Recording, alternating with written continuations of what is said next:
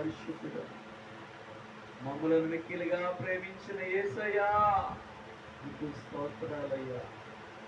ఈ చల్లబోట వేళ ఈ ఆరాధన నిమిత్తమై మమ్మందరినీ ఇక్కడ సమకూర్చిన తండ్రి స్తోత్రం. నీ సన్నిధిని తోడుగా ఉంచండి, నీ ఆత్మ కార్యాలను జరిగించండి, నీ పరిశుద్ధాత్మ సహాయమును మీరే మాకు ప్రసాదించండి.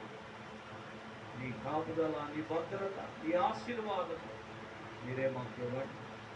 నాయనా నీకు స్తోత్రం. నీ నామానికి మహామహిమను తెచ్చుకొని ప్రార్థిస్తూ ఉన్నాం. సపనపల్లి పట్టణంలో, ఈ వెంగళరెడ్డి నగర్లో ఈ బైబిల్ మిషన్ పరిచర్య నీ హస్తములకు సమర్పిస్తున్నా. చిన్న మంద భయపడవద్దు అని సెలవిచ్చిన ఓ పరలోకం తండ్రి, చిన్న మందగా ఇక్కడ కూడుకున్నామయ్యా.